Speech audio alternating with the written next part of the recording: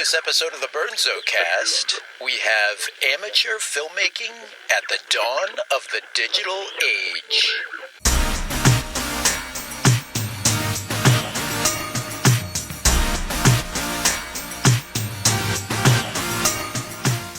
Hello, everyone, and welcome to episode number 9 of the Burnzo Cast. This is your host, Matt Burns, speaking. So for the last 3 episodes, we talked about video games, but for this episode, we're going to switch gears a little bit and talk about something completely different. I want to talk about amateur filmmaking at the dawn of the digital age, which was around the Y2K area, so the year 2000, give or take a couple of years. For me, there was a period of time between the year 2000 and 2004 where I was spending a lot of time making short amateur films.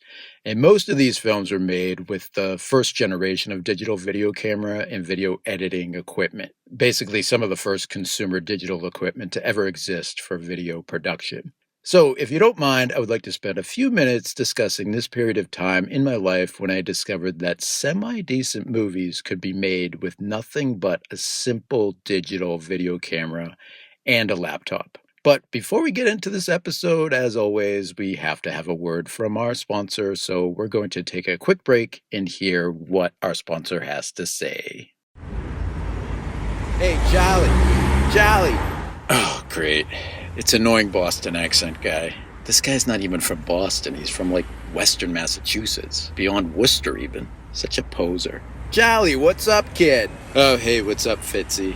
If that is your real name. Yeah, me and Jimmy were just whacking back beers up in Somerville at Finbar's Pub. Got to talking about literature. What, you still read books there, Charlie? You and your sister Jennifer? Huh? You guys big bookworms or what, kid? Yeah, I've been reading books by Matt Burns. His books are available on Amazon.com now. Many of them cost only 99 cents. At most, you're only going to pay about $3. $3? What a bargain! Me and Jimmy gonna hit up the Amazon bookstore and get ourselves some of Matt Burns' literature. Books, Fitzy. Just call them books. Yeah, then we're gonna go back to Finbar's and whack back another couple of Budweisers. See you later there, Charlie. Gotta run down to Kenmore real quick. Try to score myself a couple of Sox tickets from a scalper. Yeah, okay.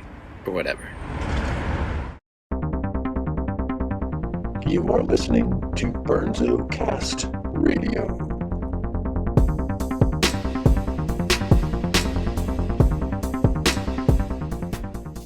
All right, welcome back to the Burnzo Cast. Again, this is episode number 9. It's called Amateur Filmmaking at the Dawn of the Digital Age. So if you don't mind, I'm going to do a little Hollywood speak right now, and I'm going to say, let's cut to the chase here and get right into this podcast. All right, so I want to take you back to the year 1998. I was a junior in high school at this time, around 17 years old. And up until this point in my life, I never really thought I would ever want to become a filmmaker or even be interested in filmmaking. As a child, I mainly aspired to be one of 3 things. When I was really young, I actually wanted to be a professional basketball player because I was playing a lot of basketball, and that was definitely my favorite sport. But I abandoned this dream by about the 8th grade or even sooner than that, mainly because the writing was on the wall that I wasn't very good at basketball. I wasn't terrible at basketball. I did do the CYO basketball, and I went to basketball camp and such, and I was actually in some all-star games when I was at basketball camp, not to brag. But yeah, I definitely wasn't a good enough basketball player to go pro, so I put that dream to rest pretty early on. But also when I was young, I was a big drummer and percussionist. And so becoming a drummer in a rock band was definitely a dream of mine at one point. But I just loved the drums. I played drums all the time. I was in all the school bands. I was in a lot of different kind of amateur punk bands and rock bands and stuff. So I definitely wanted to be a drummer in a rock band, but that never manifested itself either. More than anything else, though, I had this dream of becoming an actor. In fact, I actually wanted to be a child actor, not necessarily because I liked acting, although I did really like acting, but because I had this fantasy of becoming Jodie Sweetin's boyfriend. And Jodie Sweetin, if you don't know, played Stephanie Tanner on Full House. I had a really big crush on Jodie Sweetin, and I thought she might like me if I became a big child actor in Hollywood like herself. But this dream of becoming a child actor never manifested itself either. If it did manifest itself, you probably would have heard about it because Jody and I would have been in all the teen bopper magazines. What was it, like Tiger Beat or something like that? We would have been in all those magazines if we had become Hollywood's biggest child star couple, which was a fantasy of mine. But just like becoming a basketball player and a drummer in a rock band, becoming a big Hollywood child star did not manifest itself. But by the time I was in high school, Full House was off the air, and I was okay with the fact that it looked like I was never going to become Stephanie Tanner's boyfriend. I did, however, still figure that I would become an actor in some shape or form. I did do a lot of theater acting, but I definitely had a dream of becoming an actor in movies or television. However, in my junior year of high school, there was actually a turning point in my life. I took this elective course for the first semester, and this was a film studies course. We would watch films in this class and then talk about them or write about them, etc. I remember some films specifically that we watched. I think one was 2001: A Space Odyssey, Stanley Kubrick's film. Rebel Without a Cause by Nicholas Ray was another one. To Kill a Mockingbird with Gregory Peck and Hitchcock's Vertigo is another one that comes to mind. I also remember we were allowed to watch a fun movie at the end of the semester, and that was Ferris Bueller's Day Off. But anyway, I walked away from this class with a whole new fascination in film. I always liked movies and I always was kind of interested in acting in movies, but now I actually was much more interested in film as a form of artistic expression. And I was actually really interested in how to make films. So when it came time to look at colleges, I concluded that I wanted to go to school for film because film was definitely something I wanted to learn more about. And, I figured if I wanted to become a drummer or percussionist, I could still do that on my own. I could still do acting on my own. But film was definitely something that I thought would be a good idea to go to school to learn more about. So after a lot of college touring, I narrowed my choices down to Emerson College and Boston University. And in the end, I went with BU because at the time, I didn't know if I wanted to have an intensive focus on filmmaking. I thought I wanted to get a more well-rounded education. So BU emphasized a lot of different communication courses, liberal arts courses, and humanities courses, etc. So I thought that was definitely the better path to go down, at least for me. Emerson College was probably going to be a little more intensive about the film production courses. So I just thought BU would be a better choice for me. And as it turned out, I never really took a film course at BU until my I think the second semester of my sophomore year. At the time, I was fine with this. I was fine with, spending a couple years just taking a lot of different liberal arts courses and communication courses. And I think this was probably the best thing for me to not start the filmmaking courses until later. But at a certain point, I do remember getting kind of frustrated that I wasn't getting into the film sooner than later. So I basically decided to just start teaching filmmaking to myself. And this was possible because it was the year 2000, and this was essentially the dawn of the digital age. And there were relatively cheap and consumer-friendly filmmaking tools available for me to purchase and use. And this included digital video cameras that shot on mini DV tapes and very powerful laptops that enabled you to edit your video. And also, along the same lines, very user-friendly editing software. So by the end of my first semester of freshman year, I decided to go out and purchase a digital video camera. And I did this at a store called The Camera Company in Norwood, Massachusetts. And I bought this camera called the Canon Optura PI, and it cost around $1,200. And in hindsight, this was a freaking awesome camera. At the time, I don't think I realized how cool it was, but you could shoot in black and white on it, and it had all these other different effects, and a lot of them were cheesy effects like, pixelation or, really stupid like transitions. But It had this image stabilizer on it that to this day, I have yet to find another video camera that had such a good image stabilizer on it. It literally felt like when you were using the Canon Optura handheld, it felt like you were using an actual steady cam rig because the movements were so smooth.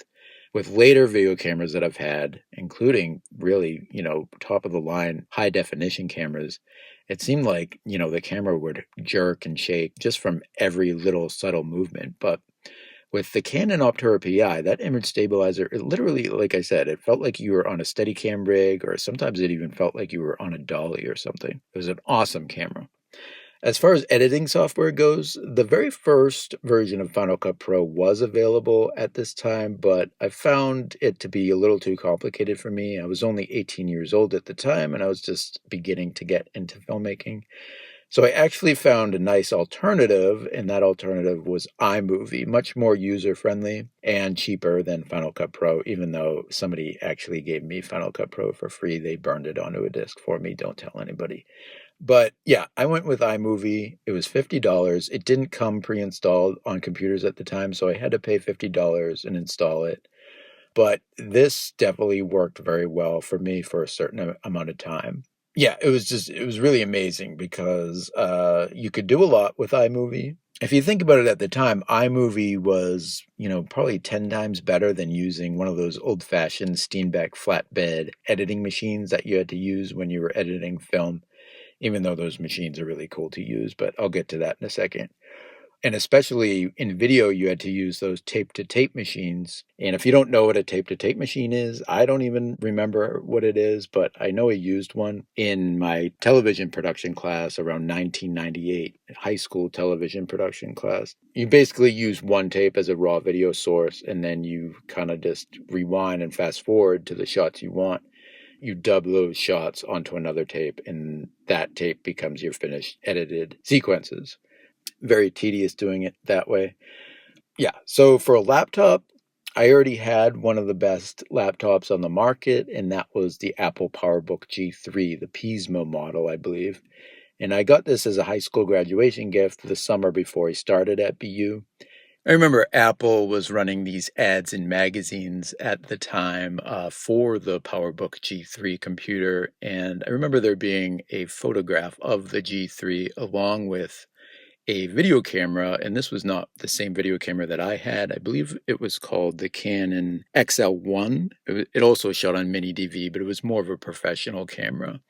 I can't remember if they also had Final Cut Pro in that same advertisement, but I definitely remember seeing the photograph of the PowerBook G3 along with the Canon XL1. And they were definitely heavily marketing the computer as something you could create video production and film with. Oh, I forgot one thing. You actually needed one more key piece of equipment, and this was called a FireWire cable. And I don't know if you remember FireWire at all. Long before there were USB-C cables and lightning cables and such, you had to use a FireWire cable to hook your camera up to your computer. And this was done through a 4 to 6 pin FireWire cable. You needed one of these cables because they were the only, unlike USB cables, the FireWire cables were fast enough to transfer data from your video camera to your laptop. So you needed a fast cable to transfer that data because it was a lot of data to transfer. Digital video definitely took up a lot of data and memory, so you needed a fast connection. And if I remember correctly, my laptop PowerBook G3 had at least a couple FireWire ports on it. It also had, it had a ton of ports. It had a couple different USB ports. It had a VGA port, which is for the external monitors. And it had like a headphone port. It had a microphone port. It really had ports up the wazoo. And this was very different from the laptops of today, which only have a couple of USB-C ports usually. Apple definitely went a more minimalist route over the years, and so you don't have as many ports as you used to have right around the Y2K area. So once I had my video camera, my laptop, my iMovie editing software, and also my trusty FireWire cable, I was basically all set and ready to make my first movie. And so about I don't know, only like a couple weeks after I got my video camera and everything else, I made this short horror movie called Gutter. And in Gutter, I play a psycho out to murder my friend Tim for no reason that is explained in the movie. Tim is portrayed as a big fan of the show Full House, but other than that, we don't really get any more character development for Tim. The movie opens with me saying something creepy to the audience in voiceover. People always find religion when they're about to die. I can see it in their eyes and hear it in their screams. They pray for God to save them, but they don't realize that here, I am God. And then there's a brief opening title sequence, and then we see creepy images of the winter. Then we cut to the inside of a house, and Tim is watching Full House with his friend Mark, who was played by my friend Mark. And then we cut to me breaking and entering into the house. Then I go down into the basement and basically kill Tim, but Mark has already disappeared at this point with no explanation whatsoever. I mean, talk about a continuity error. In fact, this movie was so flawed that it basically made Ed Wood look like Steven Spielberg, you know what I'm saying? But after I do the murder, I pose in Christ-like formation, and then the movie cuts to the end credits. Again, there is no explanation as to why I committed the murder and why I pose in Christ-like formation. Maybe I'm just supposed to be the devil incarnate. Who knows? No. It wasn't the greatest movie ever made, but it was definitely a decent film. I shot Gutter in black and white, mainly because I liked how black and white video looked at the time, and I thought it was aesthetically appropriate for the movie's dark content. I even shot a couple of gory scenes in the movie where I used Caro syrup and red food dye for blood. But I later learned that it was actually easier to use Hershey's chocolate syrup for blood when you're shooting in black and white. And I think legend has it that Alfred Hitchcock came up with this method of using the chocolate syrup for the blood. I think he used chocolate syrup in Psycho, if my memory serves me correctly, but not sure about that. That could just be an urban legend. But yeah, if you're shooting in black and white, using Hershey's chocolate syrup is the best way to go for fake blood, in my opinion. But after editing Gutter on iMovie, I was left feeling rather impressed with what I had made. I found it amazing that all you had to do was throw a few shots together on iMovie, definitely in a creative and crafty way, but you could basically just throw a few shots together and create the illusion for an audience that a murder is taking place.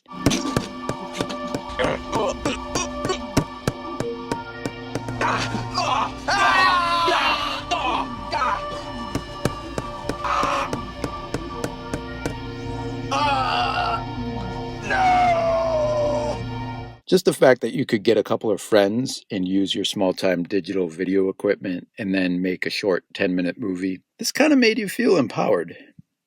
In that next spring of 2001, I decided to make another movie, and this one was definitely more ambitious and definitely involved more planning.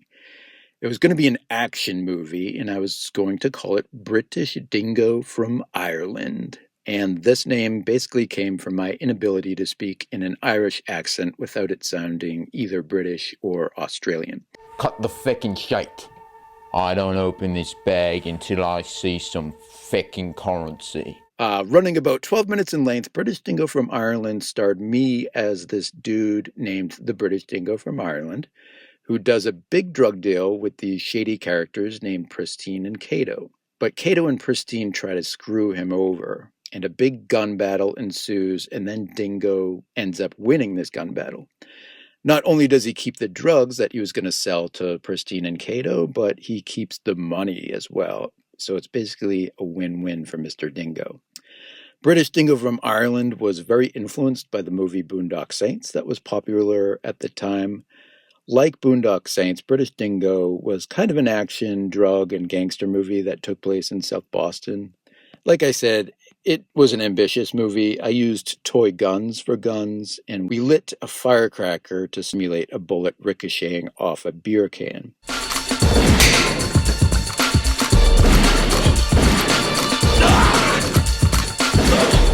I didn't have any blanks or squibs at my disposal, obviously, but through the magic of editing and sound effects, I was able to create the illusion that a gun battle was taking place.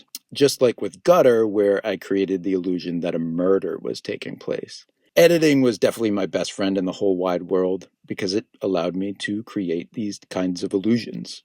In a later movie I did called Gas, which was later entitled Only Entertainment, I created an illusion of a fast car chase through the magic of editing. But I'll get to Gas in just a moment, guys, so hold your horses. When I finished British Dingo, I was actually very proud of it, even though it still wasn't that great of a movie. But I wanted more people than just my friends to see this movie. This was long before the days of YouTube and Vimeo, but there was this website called ifilm.com. For a small fee, I submitted my movie and they uploaded it onto their website for the world to see. To promote the movie, I went around town and hung up flyers at local businesses. At least at the places that would allow me to do so. You have to remember that social media was non-existent at this point. There was no Facebook, no Twitter, not even any MySpace. So you had to literally get your boots on the ground and hang up real flyers in the real world. British Dingo from Ireland was live on ifilm.com for about 2 months, I think. But it did get about 50 views, which to me was a big deal. I mean, that was like having a movie premiere and having 50 whole people in the audience. You can obviously get a lot more views on YouTube these days, but I was still pretty blown away that 50 whole people had seen the movie. And this was a movie that I basically made with my own bare hands. So that was impressive that 50 people saw a movie that I made with my own bare hands. After British Dingo from Ireland, I made the aforementioned movie Gas, which, like I said before, I ended up renaming to Only Entertainment about a year later. Gas was definitely more ambitious than British Dingo from Ireland even, and certainly more ambitious than Gutter. This was my first movie that I made in color. The plot involves two teens named Fritz and Theo, played by my friends Tim and Mark again, the same actors who were in Gutter. They play Mario Kart, one beats the other, and I think it's Theo that's pissed that Fritz won. And then a real-life car chase ensues between Fritz and Theo's bodyguard, played by my friend Jeremy.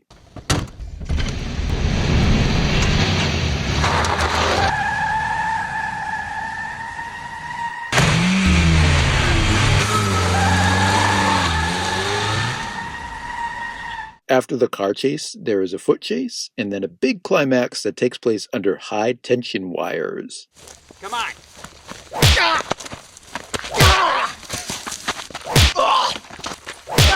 I can't do it. Screw Theo.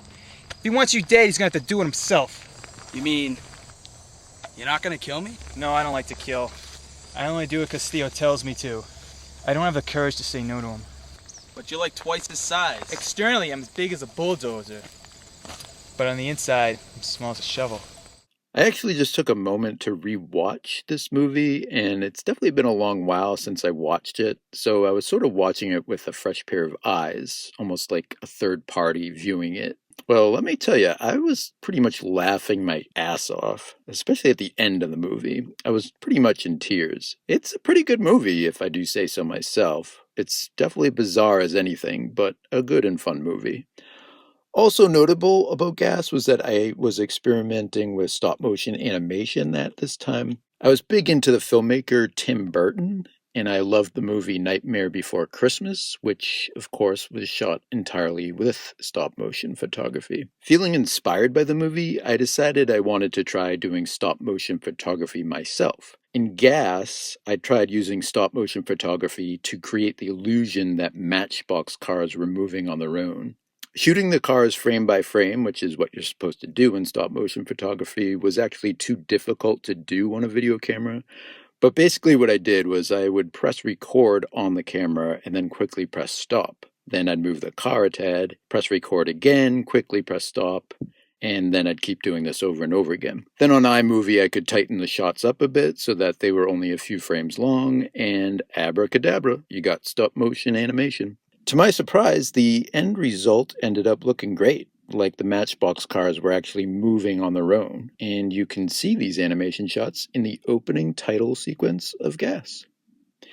Now, the first version of the movie, entitled Gas, was pretty good, but I ultimately thought that I could do better. So, about a year later, I'd actually just finished reading the book by Robert Rodriguez called Rebel Without a Crew. I felt really inspired by it, so I went ahead and re-edited Gas, and this new version of the movie definitely became the superior version. In fact, I felt it was so superior that I needed to retitle the movie, and that's when it became Only Entertainment, based on the song by Bad Religion of the same name.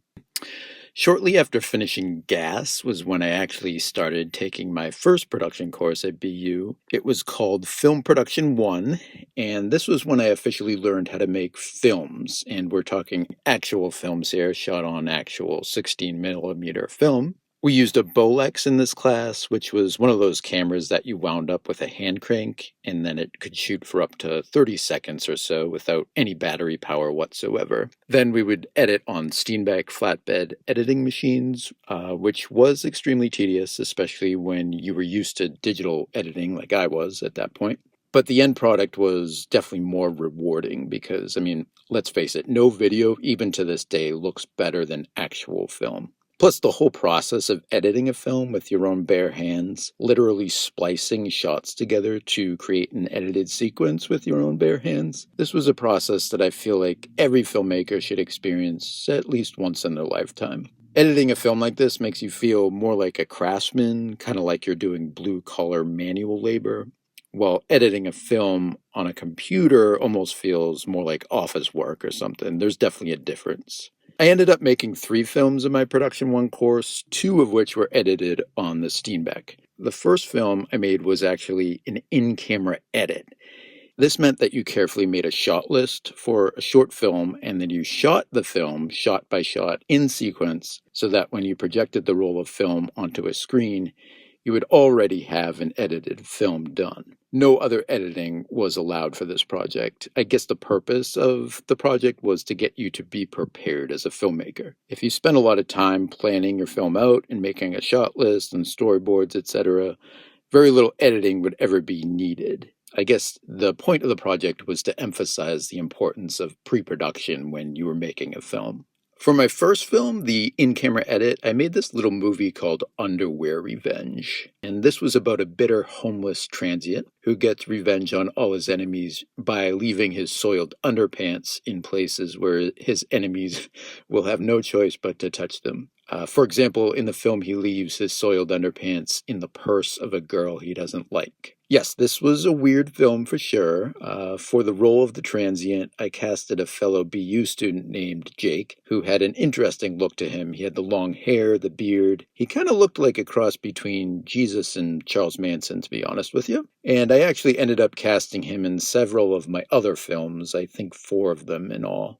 For my second film, which I did edit on the Steenbeck, I made a film called Mental Puberty, which was also about a homeless transient, who this time is carving a jack-o'-lantern on a sidewalk, and the carving of the jack-o'-lantern is supposed to symbolize him digging into his disturbed psyche, or something along those lines.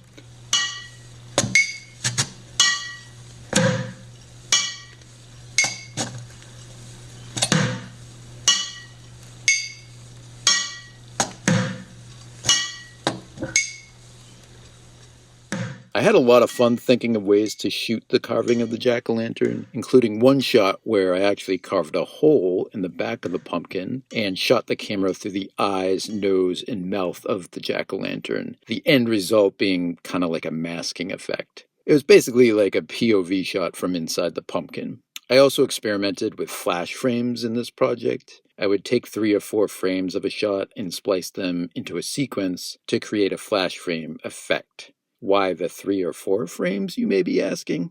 Well, because I found that splicing in just one frame was too quick. Something that would only be useful if you wanted to have subliminal messages in your film or something like that. But in my case, I wanted the viewer to consciously see these images, so they needed to be a little longer than simply one frame. The third film I made in my Production 1 class was called Acteon Portrait of a Peeping Tom. And this was a black comedy, kind of inspired by Ed Wood's film Glenn or Glenda. I don't know. I thought it would be funny to make a documentary-like film about a peeping Tom who, through voiceover, tries to explain to the audience why he peeps and tries to justify why he peeps. Do I like who I've become? No, I don't. Obviously, I didn't dream of becoming a peeping Tom when I was younger. I mean, when I was 8, I dreamed of being a baseball player. The way I see it, Mother Nature gave us all a sexuality. Most men find a woman to share his sexuality with. My sexuality has nowhere to go, so I voyeur, peep, call it what you will. I guess you can say that voyeurism is a case of Mother Nature's chickens coming home to roost. This was definitely a strange film, but that's how I wanted it to be because that's how Glenn or Glenda was. It was strange. Although this film wasn't as well received as my mental puberty film, a few months later, I was showing some of my films to some friends, and one of my friends' fathers happened to be in the room, and he really got a kick out of the black humor in this Peeping Tom movie. And, it didn't seem to be a big hit for everyone else, but he really liked this film, so that meant a lot to me, that there was at least somebody out there who got what I was trying to do, who got the humor. So I really appreciated that, and it felt good. So about a year later, I took my second film production course at BU, and this was called Film Production 2. And in this course, we still shot on film, but we actually ended up ditching the Steenbeck editing machines in this course, and instead we edited on Avid, which is editing software that I actually thought was obsolete by now these days, but I looked it up a little while ago, and it looks like it's still the industry standard in Hollywood for video production and film production. So who knew? I guess Avid is still alive and well. I thought it was obsolete. It seems like everybody's using Adobe Premiere these days or Final Cut Pro, but yep, Avid is still out there apparently. Anyway, in Film Production 2, we started editing on Avid. The CEO of DreamWorks at the time, who was Jeffrey Katzenberg, he may actually still be CEO now, but he's a big Hollywood name. He used to be president or vice president or something of Paramount Pictures. But Jeffrey Katzenberg is a BU alum, and his son went to BU at the time, so he donated a bunch of money to BU that they spent on a digital editing lab that had several computers, and they all had Avid on them, and external FireWire drives, and, basically the works. BU at this point saw the writing on the wall and knew that film production was going in the direction of digital, so they knew that Avid was going to be the industry standard soon, so they wanted to get us off the flatbed editing machines and get us started on Avid. So that was the wave of the future. So in this Film Production 2 course, I still shot on 16 millimeter film, and we actually shot on new cameras, the Aeroflex camera, which was a step up from the Bolex. The Aeroflex ran on a battery, I believe. Either that or you plugged it in. No, I think it ran on a battery. And it was a good camera. I always had trouble changing the film. You had to change it in the blind. Basically blindly change it in one of those dark changing bags, and I always screwed that up. Just a little side note there. Yeah, so we'd shoot on film, but then we'd get the film transferred to mini DV tapes. From the mini DV, we would then digitize the footage, bring it into our computers, and edit on Avid. And technically, this was like doing an offline work print of the film. And once you were done, technically, you would conform your edited digital work print to the original film negative and then make actual film prints of your edited movie. But in our class, we weren't going to go that far. We were just going to shoot on film, edit digitally, and then show everybody in class our digital editing work print. We weren't going to conform back to the negative and make actual film prints out of our film. But technically, you would have to do that in the real world. Anyway, for these films in production 2, we could shoot on color film if we wanted to. I still shot on black and white, however. because it was easier. And I also liked how 16 millimeter black and white film looked aesthetically. Like I said, for a camera, we upgraded from the Bolex to the Aeroflex, and we recorded sync sound on a Nagra machine. So we didn't use the Nagra in film production 1, so the Nagra machine was all new to us, and that's how you had to record sync sound. Actually, these films were the first films we were shooting with sync sound. In the films that we did in production 1, if we wanted any dialogue, we would have to do it out of sync or, through voiceover or something like that. We could do dialogue, but we wouldn't do it in sync. We'd probably dub in the dialogue in post-production. So the first film I shot in film production 2 was called Sympathy for Hitler's Soul. And this was a very short, actually only 3-minute piece about Hitler's soul confronting God after Hitler dies and complaining to God for putting him into such an evil body during his time on Earth. It was definitely a cool, unique idea, if I do say so myself, and it was a somewhat profound film as well. This film definitely made you think more than my previous films did, which were more about entertainment and just having some fun. How could you? 6 million killed! All by my command! By Hitler's command. When I agreed to human manifestation, nobody told me I'd be in Hitler's body. Hitler's body, the Pope's body, it's all the same and equally relevant up here. Your work is done, and eternal bliss awaits you. But on Earth, my name is synonymous with evil. But you're a hero up here. What? You successfully taught man how the body and mind can deceive him. It was a job well done. Some people have since compared Sympathy for Hitler's Soul to the Pixar movie Soul, but only in the sense that the film's concepts are somewhat similar. So where did I come up with the idea for Sympathy for Hitler's Soul? I'm not too sure, but I do have a vague memory of it popping into my head one day when I was in BU's Mugar library. I think I was basically thinking about the idea of souls and how we may not choose what body we come into when we're born on Earth. I was also thinking about the Holocaust and whether it was Hitler's mind or soul that led him to be so evil. The basic question was, what is it that makes up the human identity, the mind or the soul? And if the mind leads us to do evil things, should our soul be held accountable?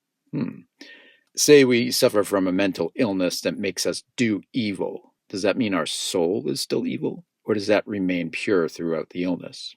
Those were all the questions that I wanted to pose in my film Sympathy for Hitler's Soul. And if you want to view this film, you can actually watch it on my YouTube channel if you like. Just probably the best way to find it is by typing in Matt Burns into YouTube and Sympathy for Hitler's Soul.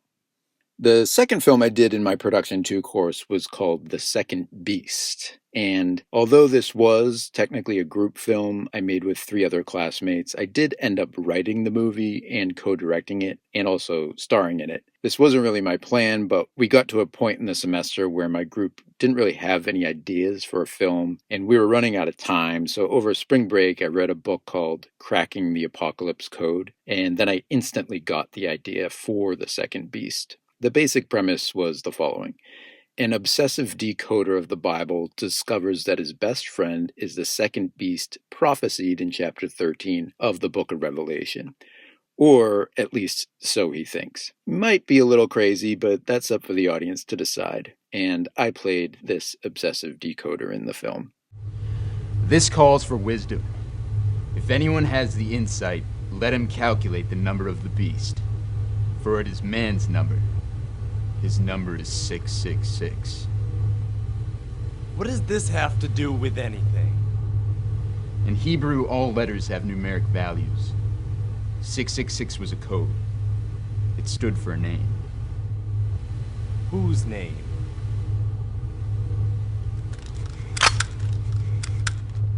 Come on, give me the gun! Shut up! Shut up! And listen to me. I remember part of our assignment was to make a rough cut of the film first, and then we had to show that cut to our classmates and professor, and then have them critique it. I definitely remember that the rough cut was bad, and the criticism from our classmates was harsh, and also from our professor. He gave it some very harsh criticism.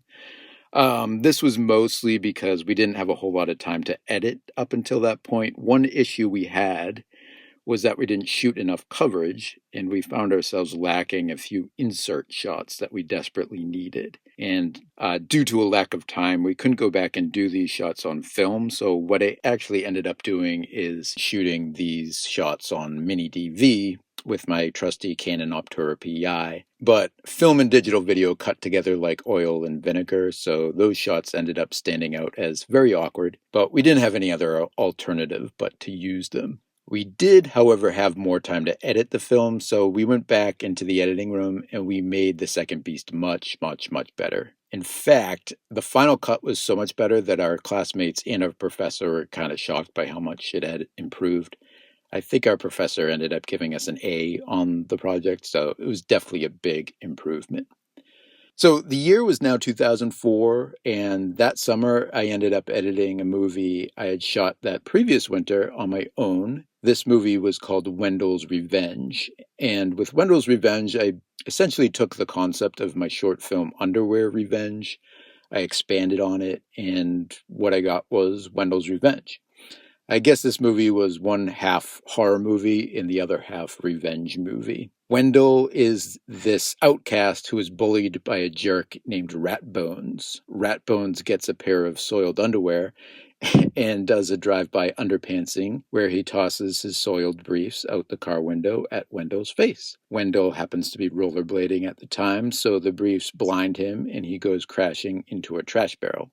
He's mega pissed off, so he tracks down Ratbones and gets his revenge by beating him in oblivion. And in the end, he rips Ratbones' heart out of his chest, Mortal Kombat style. What you may be thinking is this sounds like a bizarre movie, and you are thinking correctly. It was definitely bizarre, not as thought-provoking as my other previous two movies, but definitely a fun one. Hey, Ratbones, these beans are good, but what's for dessert? 3 pairs of cotton briefs.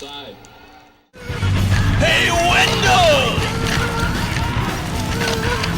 Wendell!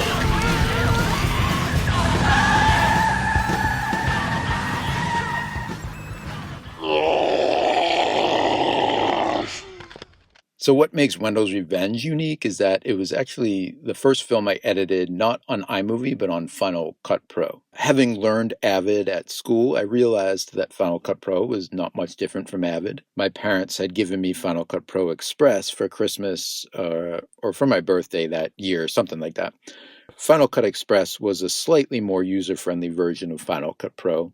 The only main difference between Final Cut Express and the regular Final Cut Pro was that there was a finite amount of soundtracks you could use when you were editing the film in Final Cut Express. Maybe only around 5 or so, maybe a few more, possibly 8. In Final Cut Pro, you could edit with unlimited soundtracks, so Final Cut Express was a little limiting in that sense. What this meant in practical terms was that if you had a sequence that required a lot of sound layered on top of each other, then you needed to use a lot of soundtracks during the editing process. So, for example, if you're editing a car accident sequence, you would maybe need some dialogue, like a passenger saying, "Oh no, we're crashing," something like that. Another track would have screeching tires, another track would have a crash sound, the other track glass breaking, the other track a horn, a car horn, somebody leaning on the car horn, another track ambient city noise, so all these tracks would be layered on top of each other, and if you had unlimited tracks like you did in Final Cut Pro, then it was a lot easier to do a sequence like this. In Final Cut Express, you only had a very limited amount of soundtracks, so it may be a little more difficult editing sound in that program, especially a scene that requires a lot of different sound effects.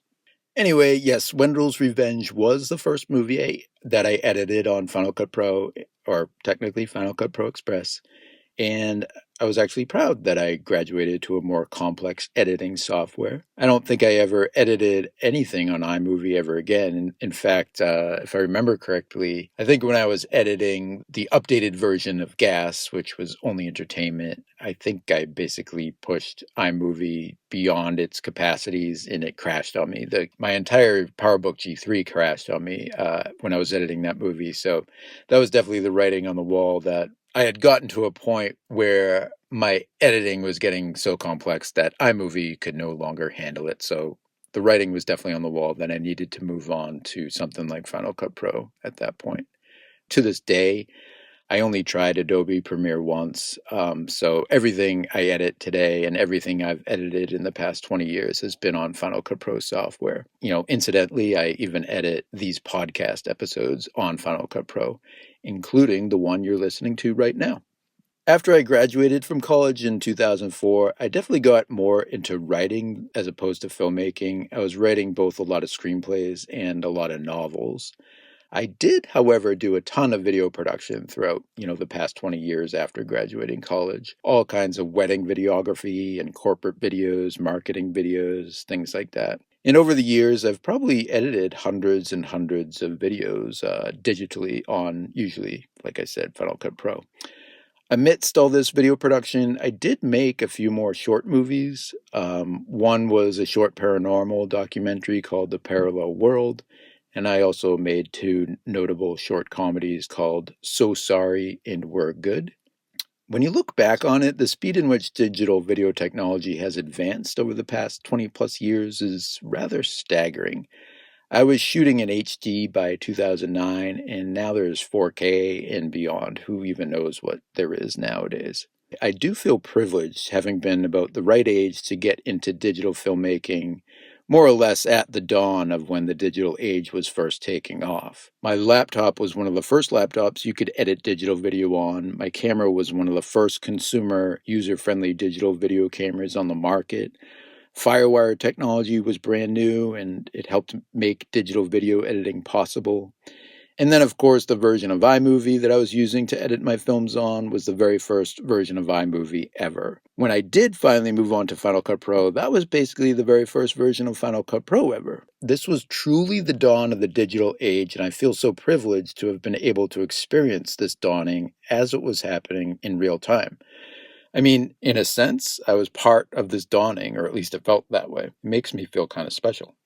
I definitely miss those early days of digital video. It was easier to do, but not easy like it is today. I mean, today, anybody who has an iPhone can shoot and edit video. Everybody is essentially a videographer. Everybody is a digital editor. Practically everyone has a YouTube channel.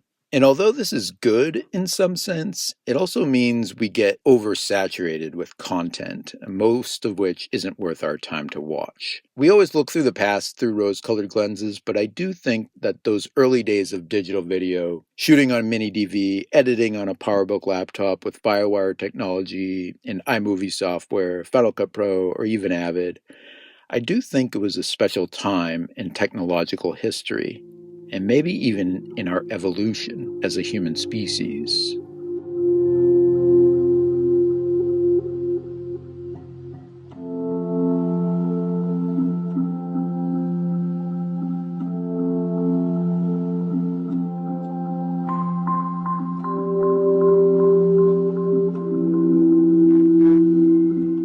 All right, everyone, that concludes episode number 9 of the Burnzo Cast. I do hope you enjoyed this episode.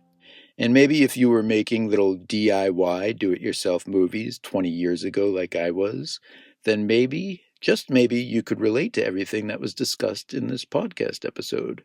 If you do want to learn more about my movies, perchance, I have written an entire memoir called Garage Movie, My Adventures Making Weird Films, and that can be found on Amazon.com. Just look up Matt Burns, Garage Movie, My Adventures Making Weird Films. It's an entire memoir. It has links to all my movies, and I think you'll really enjoy it if you enjoyed this podcast and want to learn more about my movies or about my early days of filmmaking.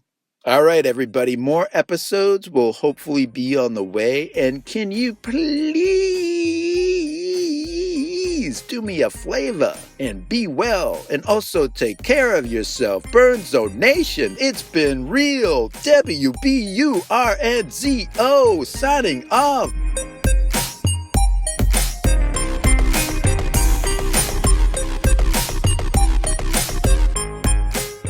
Hey everyone, if you want to check out my writing, be sure to check out my blog, theburnzodiaries.com. And also check out my books at Amazon.com. I have many novels there, including Johnny Cruise, Supermarket Zombies, Weird Monster, The Woman and the Dragon, and I also have many Kindle singles there and other books, including memoirs.